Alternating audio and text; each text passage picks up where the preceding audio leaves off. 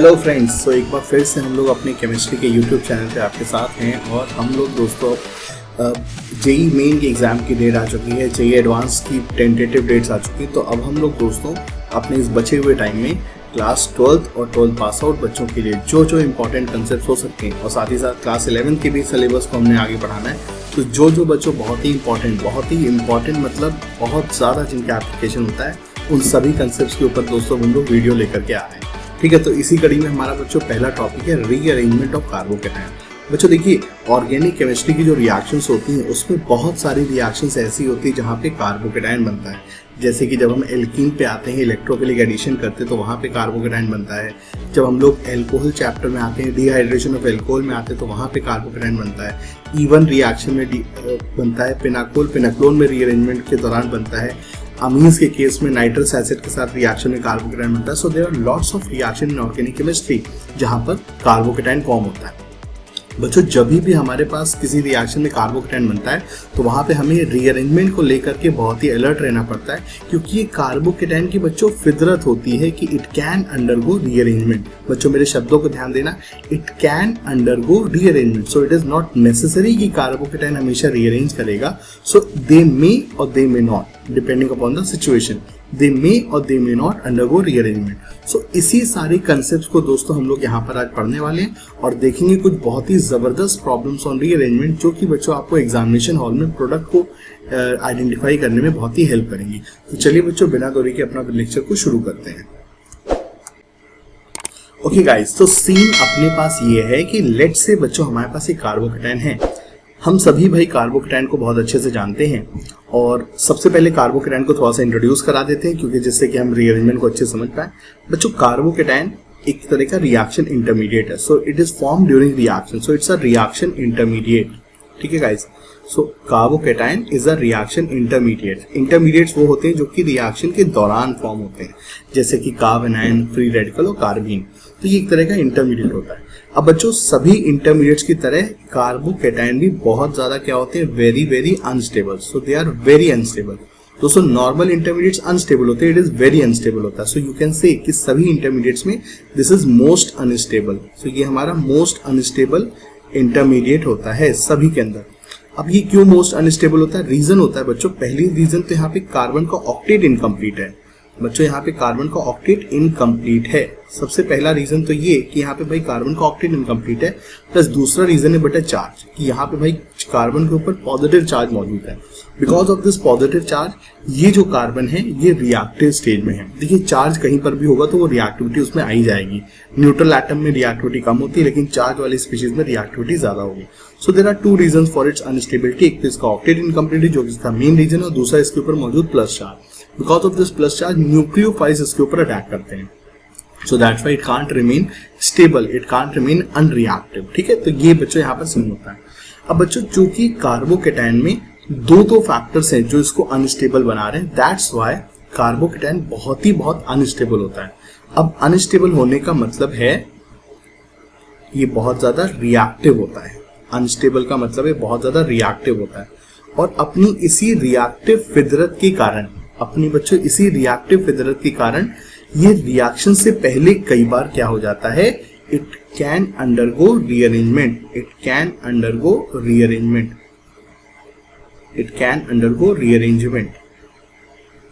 ठीक है, दोस्तों देखिए रिएक्टिव था, इसी कारण से ये अपनी इसी रिएक्टिव फितरत के कारण ये रिएक्शन में इट कैन अंडरगो रीअरेंजमेंट। दोस्तों why I am using this can word, because carbocation तभी रीअरेंज करेगा जब इसको रीअरेंजमेंट के बाद क्या मिलेगी, stability. So it will rearrange when it will acquire stability. So rearrangement बच्चों एक तरह का मेहनत वाला काम होता है। तो हम ये मेहनत तभी करेंगे जब हमें इसके बाद कुछ फायदा मिलेगा। ठीक है, आप नौकरी करते हैं, आप बिजनेस करेंगे, आपके घर वाले, ठीक है, आपके फादर्स लोग बच्चों जॉब करते हैं, क्यों करते हैं? So that they will earn some money. ठीक है, सो रीअरेंजमेंट तभी होगा जब उसके बाद हमें कुछ फायदा होगा। ठीक है, बिना फायदे के हमने कार्बोकेटायन को कभी भी रीअरेंजमेंट नहीं करना होगा। ठीक है, अब पहले कार्बोकेटायन की इन सब स्टोरी को समझने के बाद अब चलिए जरा आते हैं कि व्हाट इज बेसिकली रीअरेंजमेंट में होता क्या है। तो आइए चलिए अब इसको सो गाइज रीअरेंजमेंट में देखिए भाई सीन ये होता है कि कभी भी अगर हम लोग किसी भी रिएक्शन में कार्बोकेटाइन बना रहे हैं, किस किस रिएक्शन में कार्बोकेटाइन बनता है मैंने बच्चों लेक्चर की शुरुआत में आपको बताया था। बच्चों देखिए कभी भी किसी भी रिएक्शन में अगर कार्बोकेटाइन बन रहा है तो वहां पे आपको इस चीज को देखना है कि कार्बोकेटाइन की रिएक्टिव फितरत होने के कारण जब भी हम कार्बोकेटाइन बनेंगे then we need to check कि क्या ये कार्बोकेटाइन रीअरेंज हो सकता है। अब रीअरेंजमेंट में क्या करना होता है, अगर कार्बोकेटाइन को ऐसा लगता है कि if positive charge of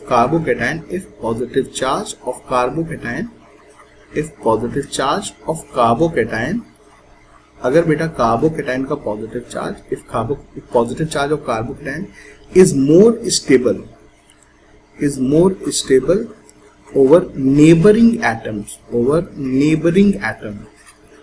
अगर नेबरिंग एटम के ऊपर बेटा कार्बोकेटाइन का पॉजिटिव चार्ज ज्यादा स्टेबल है ओवर नेबरिंग एटम, अगर बेटा नेबरिंग एटम के ऊपर कार्बोकेटाइन का पॉजिटिव चार्ज ज्यादा स्टेबल है तो ऐसे केस में we will migrate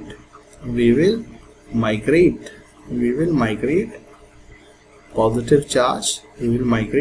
charge to neighbouring carbon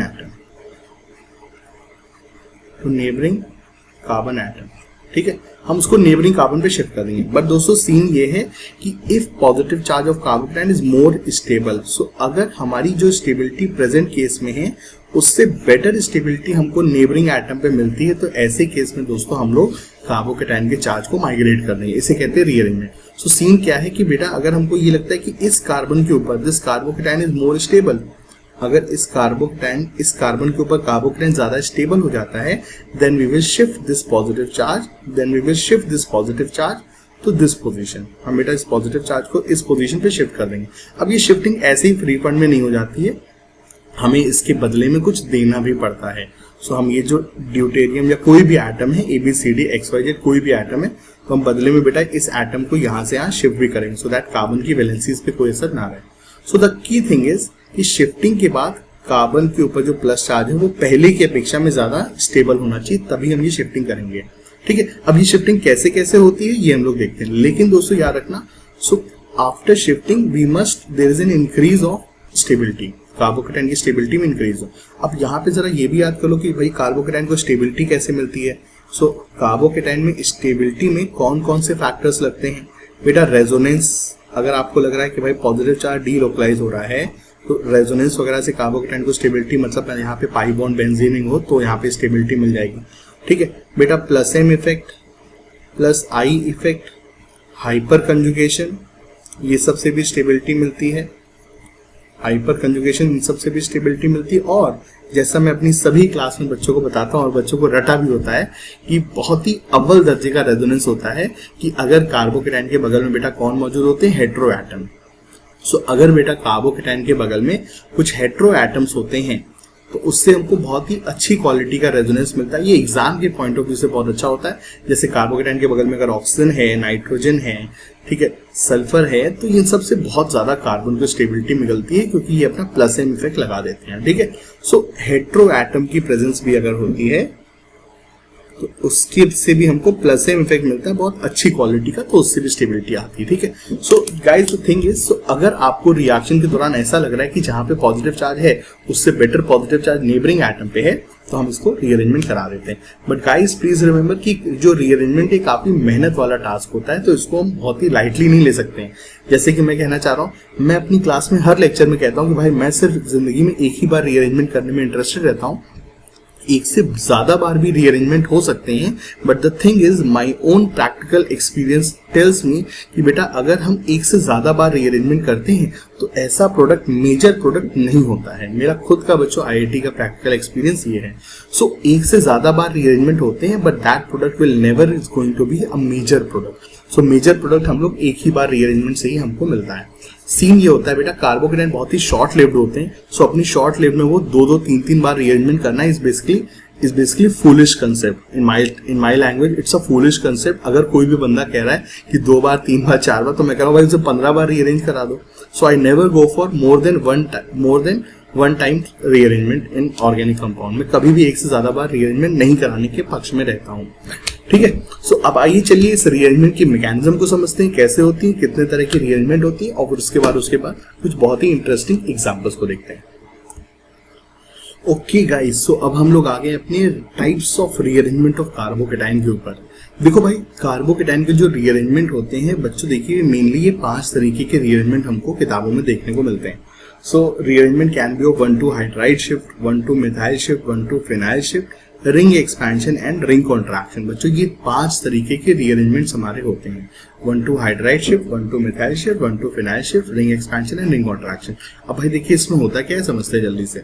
दोस्तों देखिए, मैंने बोला कि अगर कार्बोकेटाइन को अपने नेबरिंग एटम पे चार्ज ट्रांसफर करके ज्यादा स्टेबिलिटी मिलती है, तो ऐसे में कार्बोकेटाइन अपने चार्ज को नेबरिंग कार्बन पे शिफ्ट कर देता है। इसे कहते हैं रीअरेंजमेंट।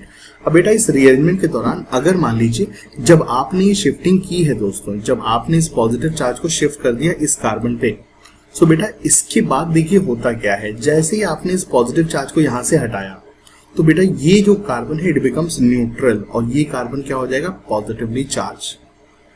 ठीक है। अब बेटा neutral carbon we all know that 4 bond बनाता है, लेकिन यहाँ पर तो अभी 3 ही बॉन्ड है। सो हम क्या करेंगे, हम बदले में, इसने इसको प्लस चार्ज दिया तो बदले में बेटा हम इस कार्बन की किसी एक ग्रुप, किसी एक एटम के बॉन्ड को यहाँ से यहाँ शिफ्ट कर देंगे। सो बेसिकली इट्स एन अदला बदली। आपने इसको चार्ज दिया है, ये बदले में उसको अपना एक बॉन्ड देगा, इससे इसका ये न्यूट्रल भी हो जाएगा, इससे भाई ये न्यूट्रल भी हो जाएगा और यहाँ पे प्लस चार्ज भी आ जाएगा। ठीक है, तो कार्बोकेटाइन ने अपनी शिफ्टिंग कर दी।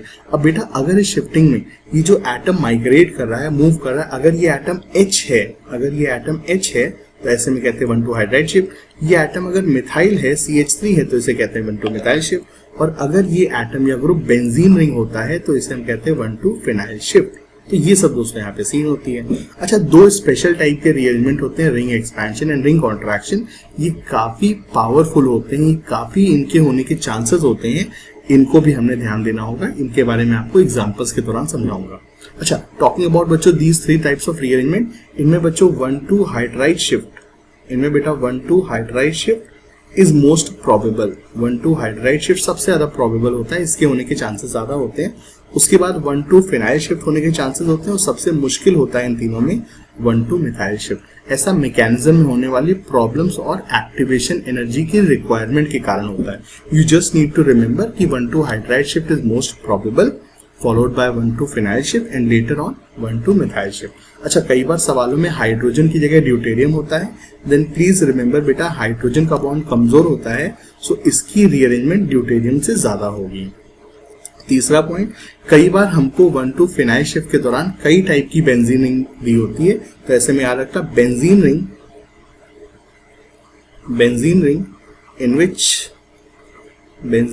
which electron donating groups are present at ortho para position, उसका बेटा माइग्रेट करने की क्षमता ज्यादा होती है, उसकी माइग्रेटरी एप्टीट्यूड ज्यादा होता है। ठीक है, उसमें माइग्रेशन की पावर ज्यादा होती है। सो benzene ring which is connected to more electron releasing groups, methyl, OH, NH2, तो ऐसी बेंजीन रिंग की बच्चों माइग्रेटरी पावर दूसरी बेंजीन रिंग से ज्यादा होगी, प्रोवाइडेड इन ग्रुप्स को बच्चों ऑर्थो पैरा पोजीशन पर भी लगा होना चाहिए। ठीक है दोस्तों, तो ये हमारी यहाँ पर रीअरेंजमेंट ऑफ कार्बोकेटाइन की इंपॉर्टेंट बातें होती हैं।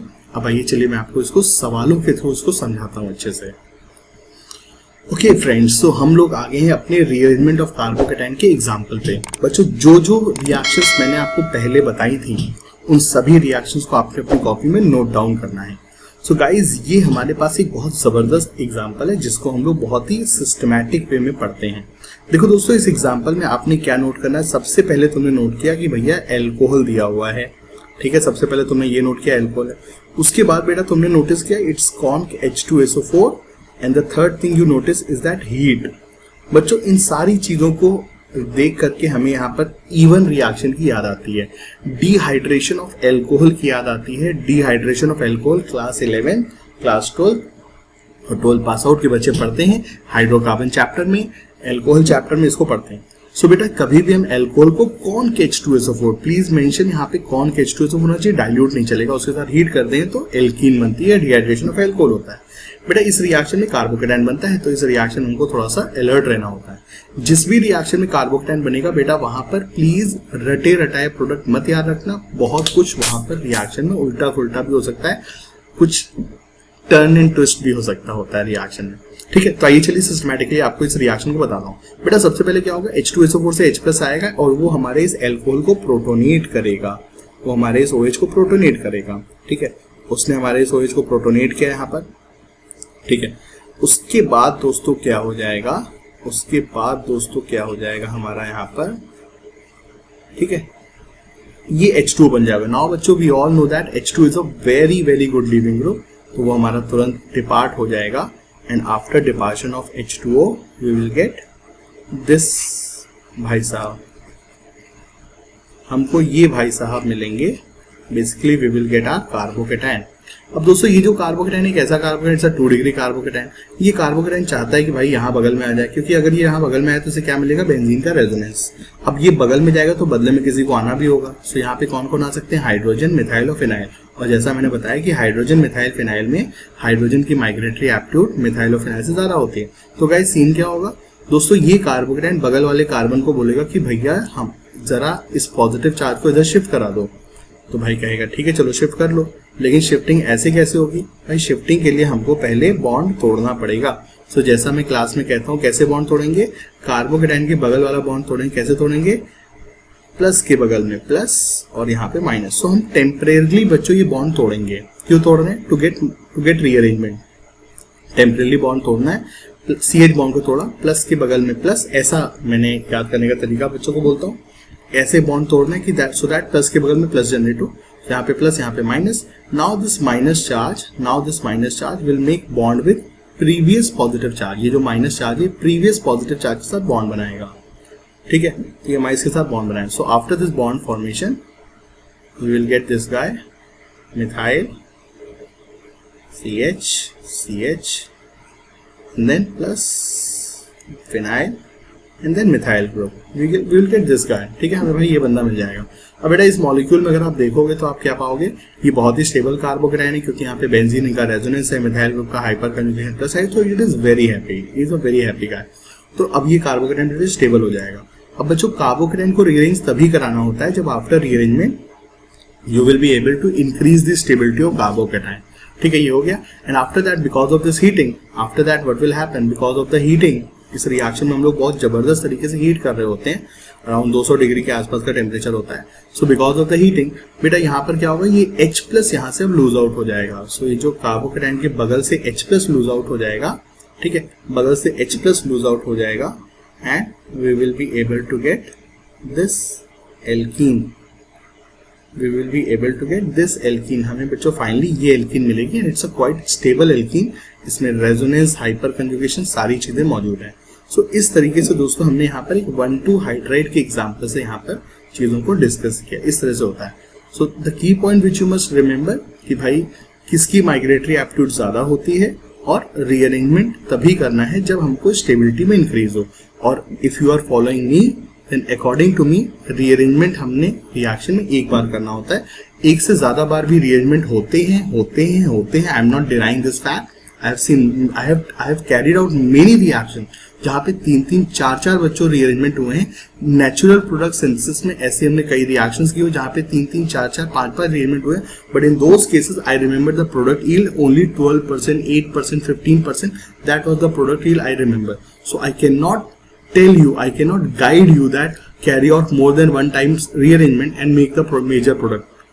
For me, I am not the master of chemistry, but for me, it is not a good concept. It is not a concept where you will get major product. So that's why I always suggest my students कि भाई rearrangement करना तो सिर्फ एक ही बार करना, ठीक है।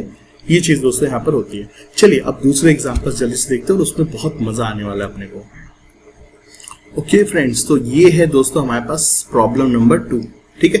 करते हैं दोस्तों इस प्रॉब्लम को, बहुत प्यारी प्रॉब्लम है। देखो दोस्तों सबसे पहले आपने नोटिस क्या करना है, तुमने नोटिस किया कि सर एल्कोहल दिया हुआ है, बहुत अच्छी बात है, ठीक है। तुमने नोटिस किया सर कौन H2SO4 है, तो जो रिएक्शन अभी पढ़ाई है वही dehydration of alcohol E1 reaction, ठीक है। और बेटा तुमने नोटिस किया कि भैया सर हीट का भी साइन है, तो बेटा इन सभी चीजों से हमको डिहाइड्रेशन ऑफ अल्कोहल की गंध आती है और यहाँ पर उस रिएक्शन में कार्बोकेटायन बनता है। सो भाई देखिए सबसे पहले क्या होगा, H2SO4 से H+ आएगा, इस OH को प्रोटोनेट करेगा, H2 is a good living group निकल जाएगा and we will finally end up with this carbocation, ठीक है बच्चा लोग। सो हम लोगों को ये कार्बोकेटायन मिलेगा। अब बेटा right now this carbocation is very stable. Why this carbocation is very stable? So right now it is very stable. ये भाई बहुत खुश है भैया, ये कार्बोकेटायन अभी बहुत खुश है। सो भैया क्यों बहुत खुश है? क्योंकि अब इसको रेजोनेंस मिल रहा है। भाई ये तो खुश है, मॉलिक्यूल में ये हिस्सा खुश है, बट बच्चों होता क्या है, ये जो 3 मेंबर्ड रिंग है इट इज हाईली स्ट्रेन, और स्ट्रेन होने के कारण बच्चों मॉलिक्यूल का ये पार्ट बहुत ज्यादा दुखी है। भाई ये पार्ट बहुत ज्यादा दुखी है, सैड है, ये पार्ट बहुत दुखी है। अब पूरा मॉलिक्यूल की मैं अगर बात करूं, मॉलिक्यूल में एक हिस्सा खुश है बट दूसरा हिस्सा दुखी है, तो ऐसे में हमको मजा नहीं आएगा, मजा किरकिरा सा हो गया है। जैसे कि हमारे क्लास 10 के स्टूडेंट्स बेचारों का बोर्ड एग्जाम खत्म हुआ है, क्लास 12 के स्टूडेंट बेचारों का बोर्ड एग्जाम खत्म हुआ है, और कुछ एग्जाम बच्चे भी हुए हैं, सो बेचारे पूरी तरह से एंजॉय भी नहीं कर पा रहे हैं, ठीक है। सो आप ही लोगों की दुखती रख में मैंने हाथ रख दिया। सो सीन दोस्तों ये है कि ये मॉलिक्यूल अभी पूरी तरह से कंप्लीटली हैप्पी नहीं है, तो ये चाहता है कि भाई अपना आपको थोड़ा सा अच्छा कर सके, अगर अच्छा कर सके तो बेटर है। और यहाँ पर अच्छा करने के लिए हमारे पास उम्मीदवार भी है, हमारे पास कंधा भी, किसका? कार्बोकेटायन। सो हम कार्बोकेटायन के नाम पे चौका मार सकते हैं, कार्बोकेटायन के नाम पे अपने दर्द को दूर कर सकते हैं। सो गाइस होगा क्या, ये जो हमारा कार्बोकेटायन है ये अब रीअरेंजमेंट करेगा, और कौन सा रीअरेंजमेंट करेगा? Ring expansion. यहाँ पे बेटा रिंग एक्सपेंशन नाम का रीअरेंजमेंट होगा। बेटा रिंग एक्सपेंशन में क्या होगा, रिंग का साइज बढ़ जाता है। सो प्लीज बेटा रिमेंबर कि सभी साइक्लिक रिंग में 3 मेंबर रिंग सबसे अनस्टेबल होती है, उससे ज्यादा 4 मेंबर रिंग, उससे ज्यादा स्टेबल होती है 5 मेंबर रिंग, उससे भी ज्यादा स्टेबल होती है 6 member ring, and then 7 member rings के बाद स्टेबिलिटी कम होने लगती है। So the most stable cyclic ring is 6 member ring, it is very stable. After that 5 member ring, after that 7 member ring. तो ये हमारी बेटा मोस्ट स्टेबल साइक्लिक रिंग्स हैं। तो बेटा ये जो साइक्लिक रिंग है अभी बहुत अनस्टेबल है, तो हमने क्या करना है, ये 5 मेंबर रिंग है, हम चाहते हैं इसको 6 मेंबर रिंग में कन्वर्ट करना। बेटा इसको कन्वर्ट करने के लिए कोई जुगाड़ पानी लगा रहे हैं। देखो क्या जुगाड़ पानी लगा रहे हैं, ये जो कार्बोकेटायन है हमारा, ये जो कार्बोकेटायन है हमारा, ये कुछ जुगाड़ लगाएगा और जुगाड़ लगा करके अपने बाजू वाले सीसी बॉन्ड को तोड़ देगा। ये बेटा जुगाड़ लगा के अपने बाजू वाले सीसी बॉन्ड को तोड़ देगा, ठीक है भाई, ये अपने बाजू वाले सीसी बॉन्ड को तोड़ेगा, सॉरी। सो अपने बाजू वाले सीसी बॉन्ड को तोड़ेगा। रीअरेंजमेंट में हमने हमेशा पड़ोस वाले कार्बन के ही बॉन्ड को हमने तोड़ना होता है, ठीक है, हमने पड़ोस वाले ही कार्बन के बॉन्ड को तोड़ना होता है। ओके गाइस, तो सीन ये है कि जैसा कि बताया भाई, ये जो कार्बोकेटायन है ये अपने आप को रीअरेंज करेगा, और रीअरेंज करने के लिए अपने बगल वाले सीसी बॉन्ड को तोड़ेगा। और जैसा मैं हमेशा अपने बच्चों से कहता हूं कि भाई सीसी बॉन्ड कैसे तोड़ेंगे, ऐसे तोड़ेंगे कि भैया प्लस के बगल में प्लस और यहाँ पर माइनस आए, ऐसा हम लोग करेंगे।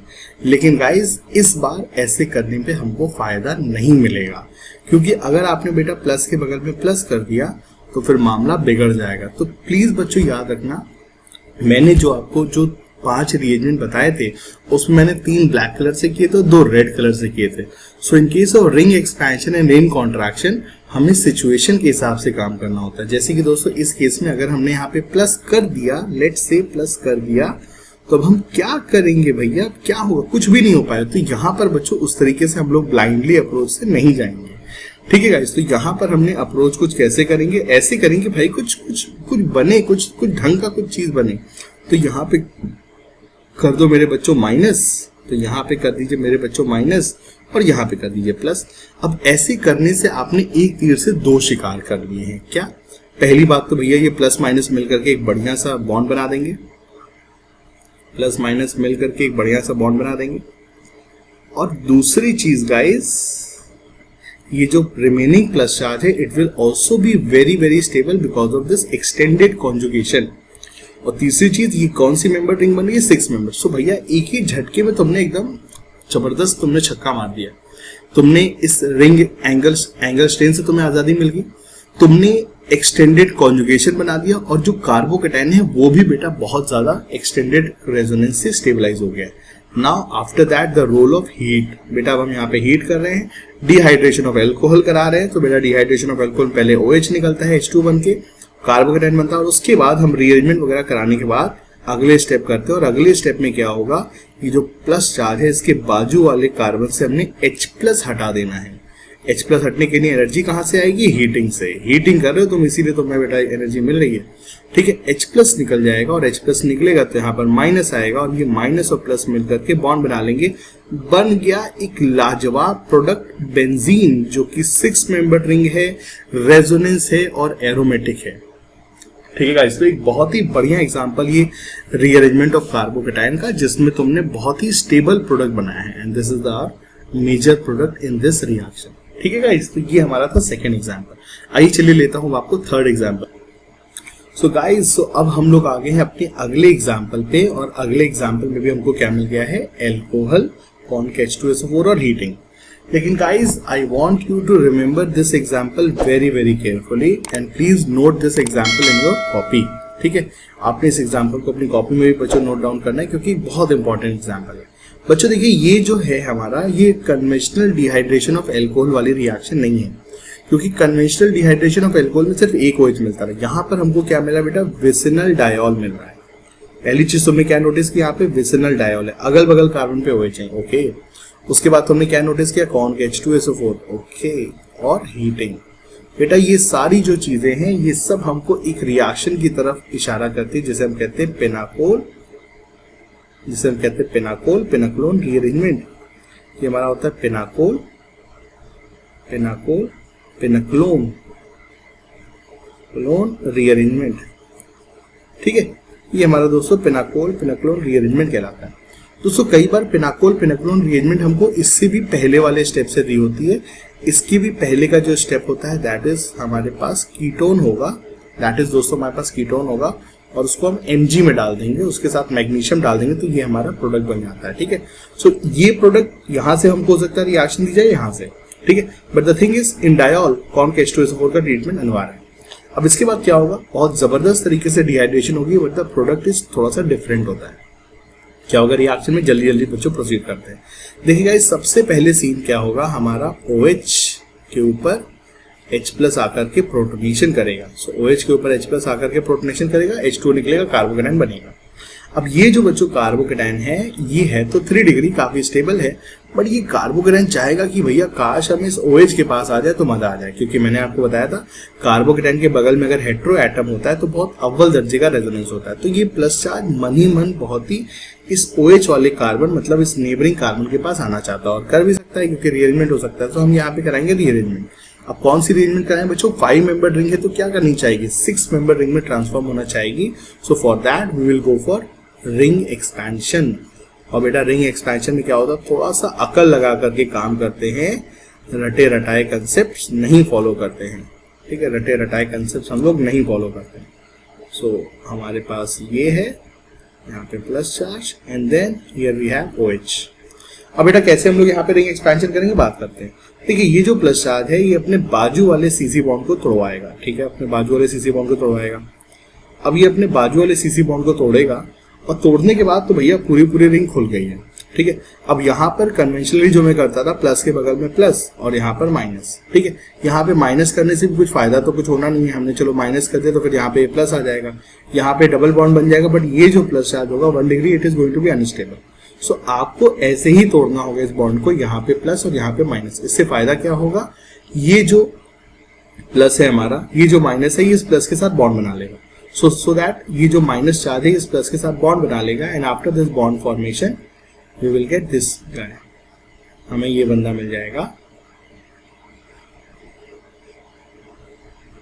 हमें दोस्तों ये बंदा मिलेगा। And in this way we will make this 6 member ring, हमें बेटा ये 6 मेंबर रिंग मिल जाएगी, ठीक है। और वी ऑल नो कि भैया 6 मेंबर रिंग सबसे स्टेबल साइक्लिक रिंग होती है। 6 मेंबर रिंग बच्चों सबसे स्टेबल साइक्लिक रिंग होती है। तो इस तरीके से आपको 6 मेंबर रिंग बन जाएगा। फायदा क्या हुआ, तुमने एक तो क्या कहते हैं, तुमने दोस्तों फायदा क्या किया, सबसे पहली चीज तुमने क्या कहते हैं 5 मेंबर रिंग को 6 मेंबर रिंग में कन्वर्ट कर दिया। एंड द सेकंड थिंग, ये जो प्लस चार्ज जो आया है, ये जो प्लस चार्ज दोस्तों आया है, ये कहाँ पर आया है, ये OH वाले कार्बन पे जनरेट हुआ है। सो OH के बगल में प्लस चार्ज, हेटेरो एटम के बगल में प्लस चार्ज बहुत अव्वल दर्जे का रेजोनेंस होता है। सो हमारे पास ये हो गया। So the thing is 5 member ring stable होगी और ये जो प्लस चार्ज है इसको बहुत अच्छा सा रेजोनेंस भी मिल जाएगा। सो अब इसके बाद क्या होगा समझते जरा दोस्तों। इसके बाद क्या होगा हमारा,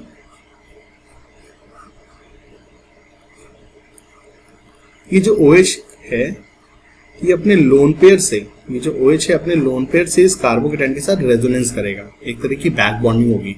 O का लोन पेयर कार्बोकेटाइन के empty p orbital, they will undergo sideways pi bond formation and after this sideways pi bond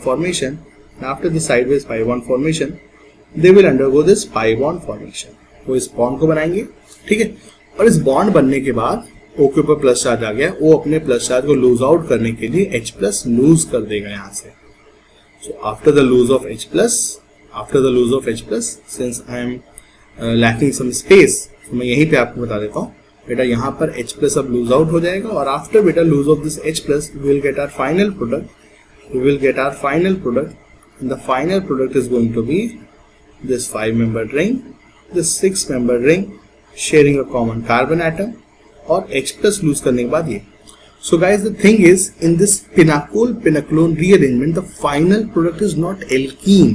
Guys, in case of dehydration of alcohol, the final product is alkene. But जब हम dehydration diol में करते हैं, जब हम dehydration vicinal diol में करते हैं, then please remember, वहाँ पर final product alkene नहीं बल्कि after rearrangement, वहाँ पर rearrangement होगा ही होगा। बेटा डायोल के केस में rearrangement होगा ही होगा and after this diol you will get ketone, वहाँ पे हमको ketone मिलेगा, ठीक है। तो this is our final product. और पिनाकोल रीअरेंजमेंट, पिनाकोल रीअरेंजमेंट बहुत इंपॉर्टेंट होती है, कार्बोकेटाइन के रीअरेंजमेंट के कॉन्टेक्स्ट में बहुत इंपॉर्टेंट होती है। और यहाँ पर रीअरेंजमेंट के पीछे लॉजिक क्या होता है, रीअरेंजमेंट क्यों होता है, so that carbocation hetero atom के बगल में आ सके, so that it will enjoy बहुत जबरदस्त तरीके का प्लस एम रेजोनेंस वगैरह ये सब, ठीक है। ओके फ्रेंड्स, सो ये एग्जाम्पल मुझे बहुत जबरदस्त लगता है, ठीक है। जो मैं बात को सिखाना चाहता हूँ वो बात बच्चों इस एग्जाम्पल से हमारी क्लियर हो जाती है। बच्चों क्या ये एग्जाम्पल है, जरा समझते हैं हम लोग इसको। देखिए दोस्तों, सीन ये है कि अपने पास ये अल्कोहल है, ठीक है बच्चों, सीन ये अपने पास ये अल्कोहल है।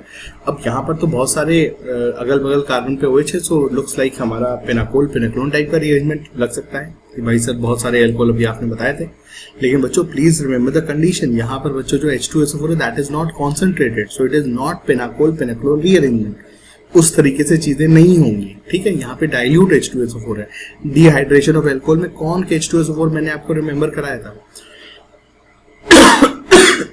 यहाँ पे डाइल्यूट H2SO4 है, तो चीजें वैसी नहीं होंगी जैसे हमने पढ़ी। तो कैसी होंगी आइए समझते हैं। सबसे पहले दोस्तों सीन क्या होगा, हमारा एक H+ आएगा एसिड से और इस OH को प्रोटोनेट करेगा।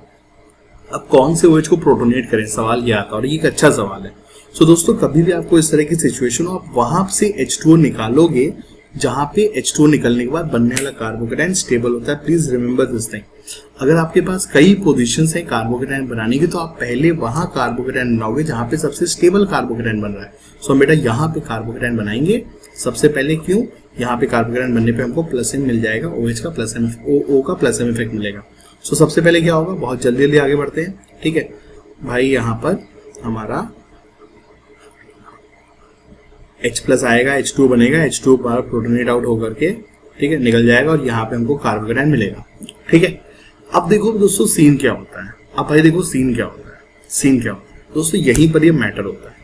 अगर यहाँ पे कौन के H2SO4 होता, अगर यहाँ पे दोस्तों कौन के H2SO4 होता, तो रिएक्शन हमारी एलिमिनेशन की तरफ प्रोसीड करती, H+ वगैरह यहाँ से लूज आउट होना शुरू हो जाता है क्योंकि आप हीट कर रहे हो। यहाँ पर दोस्तों आपके पास कौन का नहीं है, आपने डाइल्यूट H2SO4 लिया। डाइल्यूट H2SO4 में क्या होता है सीन, आपके पास बहुत सारा पानी है, सिचुएशन में बच्चों बहुत सारा पानी है। जब सोल्यूशन में बहुत सारा पानी है तो पानी H2O एक न्यूक्लियोफाइल है, वो कार्बोकेटाइन पे तुरंत अटैक करना चाहता है, वो कार्बोकेटाइन को ज्यादा टाइम नहीं देता रीअरेंजमेंट का। भाई न्यूक्लियोफाइल अगर एक्सेस में होगा, अबंडेंस में होगा, व्हाट इज द न्यूक्लियोफाइल, वो कार्बोकेटाइन को टाइम ही नहीं देगा रीअरेंज करने का, वो तुरंत उस पर अटैक करेगा। तो यहाँ पर दोस्तों क्या होगा, ये जो कार्बोकेटाइन है ये पहली बात तो रीअरेंज होगा नहीं, सोचना भी मत रीअरेंज करने का, क्योंकि ये बहुत मस्ती में जी रहा है, इसको ऑलरेडी बेटा O का प्लस एम इफेक्ट मिल रहा है। तो पहली चीज ये कि भैया रीअरेंज नहीं करेगा, it is already very very stable, it is already very very stable, ये ऑलरेडी बेटा बहुत स्टेबल है, ठीक है। तो ये हमारा इस तरह से दिख रहा है, ये कार्बोकेटाइन स्टेबल है क्योंकि कार्बन का आप देख लो बेटा ऑक्टेट वगैरह सब कुछ पूरा है। अब ये इस तरह से बेटा रीअरेंज मतलब ऑलरेडी बहुत स्टेबल है इस तरीके से, और इसका ये मेन स्ट्रक्चर है। अब इस मेन स्ट्रक्चर में एक प्रॉब्लम क्या है, O के ऊपर प्लस चार्ज है, so O don't like positive charge, so वो इस कार्बन ऑक्सीजन बॉन्ड को तोड़ेगा और जैसे ये बॉन्ड टूटेगा यहाँ पे प्लस चार्ज आएगा, and within no time delay जैसे यहाँ पे प्लस चार्ज आएगा तुरंत यहाँ पर H2O का अटैक हो जाएगा। सो थिंग इज बेटा यहाँ पर SN1 टाइप की नहीं SN2 टाइप की रिएक्शन होगी, न्यूक्लियोफाइल अटैक करेगा, लीविंग ग्रुप जाएगा और उस तरीके से रिंग हमारी खुल जाएगी। उस तरीके से रिंग हमारी दोस्तों ही खुल जाएगी। ठीक है, तो रिंग दोस्तों अपनी खुल जाएगी और हमको फाइनली ये प्रोडक्ट मिलेगा, हमको दोस्तों फाइनली ये प्रोडक्ट मिलेगा। ठीक है, सो H2O ने अटैक किया, नेट रिजल्ट OH लग गया, H प्लस चला गया और ये बॉन्ड हमारा खुल गया और ये हमारा फाइनल प्रोडक्ट होगा।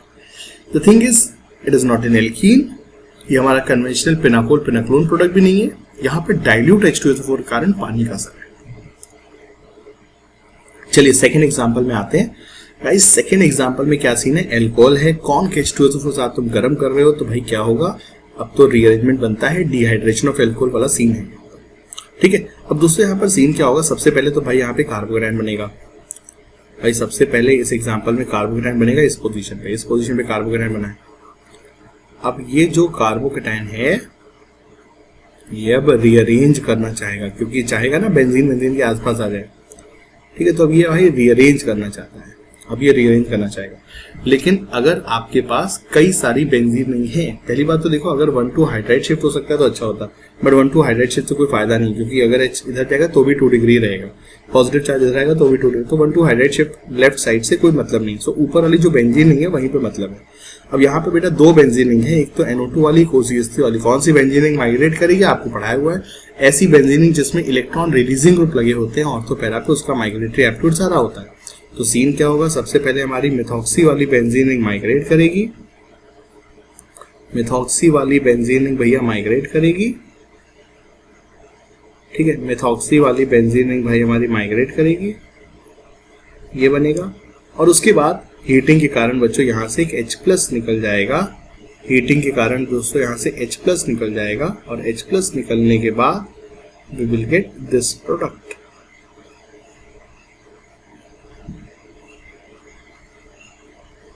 As you can see that it's a very stable product, क्योंकि यहाँ पर पाई बॉन्ड और बेंजीन सब आपस में रेजोनेंस में एक एक्सटेंडेड रेजोनेंस स्ट्रक्चर है।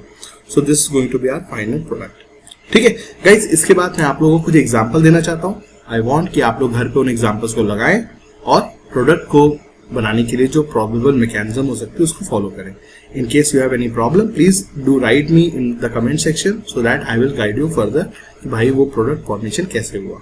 ठीक है, और if necessary I will make a separate video for the solution of those problems. Okay friends, तो ये हैं 2 प्रॉब्लम जो कि मैं आपको होमवर्क में दे रहा हूँ। इसमें बच्चों प्रोडक्ट्स मैंने आपको लिए लिखे हुए हैं, आप इनको जाइए घर पे इनको ट्राई करिए, प्रॉपर मैकेनिज्म को सोचिए कि किस तरह से भाई ये काम होगा अपना। ठीक है, और जो एक दूसरी रिएक्शन है, तीसरी रिएक्शन है, इसको मैं तुरंत आपको बता देता हूँ। देखो दोस्तों कि कौन सी रिएक्शन, ये अमीन चैप्टर की रिएक्शन है और क्लास 11 में भी रिएक्शन होती है जिसमें कि हम लोग अमीन को अगर नाइट्रस एसिड से ट्रीट करते हैं तो डाइजोनियम सॉल्ट बनता है। तो इस रिएक्शन में हमारी अमीन चैप्टर की एक रिएक्शन है जिसमें कि हमने अमीन को, प्राइमरी अमीन को नाइट्रस एसिड से ट्रीट किया है। सो एज आई सेड यहाँ पे डाइजोनियम सॉल्ट बनेगा। And we all know all the students who are watching this video, I am 100% sure you all know that diazonium salt में मौजूद N2 is world's best leaving group.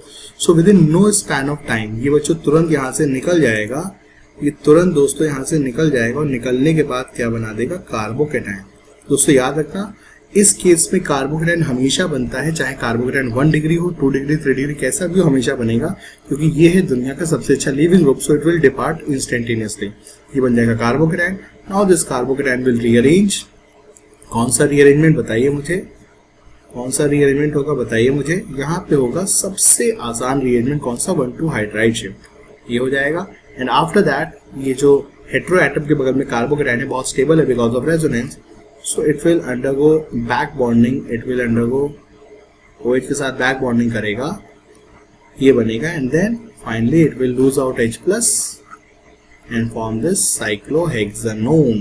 हमारा final ketone बन जाएगा। ठीक है, तो इस तरीके से दोस्तों ये पूरा का पूरा हमारा सेट ऑफ रिएक्शंस होंगे और हमारा फाइनल प्रोडक्ट ये होगा। सो गाइस, ये था हमारा पूरा का पूरा set of reactions on rearrangement of carbocation. So guys, now I would like to end this video lecture and I would like to humble request to you guys, please इस video को अपने friends के साथ share करें, please उनकी भी मदद करिए कि भाई विनीत सर आप लोगों के लिए बहुत मेहनत कर रहे हैं, सो आपके फ्रेंड्स लोगों का भला हो जाए, उनके साथ भी वीडियो शेयर करिए and please help me to popularize this channel. So इसके लिए आपको भी थोड़ा सा हेल्प करना पड़ेगा और जैसे कि मेरे को भी मेहनत करने में अच्छा लगे। ठीक है, so please share this video with your friends and don't forget to subscribe this channel and hit the like button so that I will be stay motivated to keep this video in coming days. ठीक है, so thank you very much बच्चों, अपना कीमती समय मेरे साथ share करने के लिए। बहुत जल्दी अब मैं सेकेंड वीडियो लाने वाला हूँ प्योरिफिकेशन ऑफ ऑर्गेनिक कंपाउंड के ऊपर, जिसमें कि हम लोग देखेंगे वेरियस टेक्निक्स, क्रिस्टलाइजेशन, हमारा वेरियस टेक्निक, क्रोमेटोग्राफी वगैरह, इन सब के बारे में आपको पढ़ाऊंगा कि किस तरीके से हम लोग ऑर्गेनिक कंपाउंड के सेपरेशन में इनका इस्तेमाल करते हैं, उनके पीछे लॉजिक क्या होता है। ठीक है, क्योंकि हमने अब कमिंग फ्यूचर में मतलब पास्ट ईयर्स में हमने देखा हुआ है, रिसेंट पास्ट ईयर में देखा कि काफी सारे सवाल क्रोमेटोग्राफी के ऊपर बने हुए हैं, तो उसके बारे में भी दोस्तों हम लोग अपना यहाँ पे पढ़ाई करेंगे। नेक्स्ट वीडियो मेरी प्योरिफिकेशन ऑफ ऑर्गेनिक कंपाउंड के ऊपर होगी। थैंक यू वेरी मच बच्चों, बाय बाय, टेक केयर, मिलते हैं अगले वीडियो में।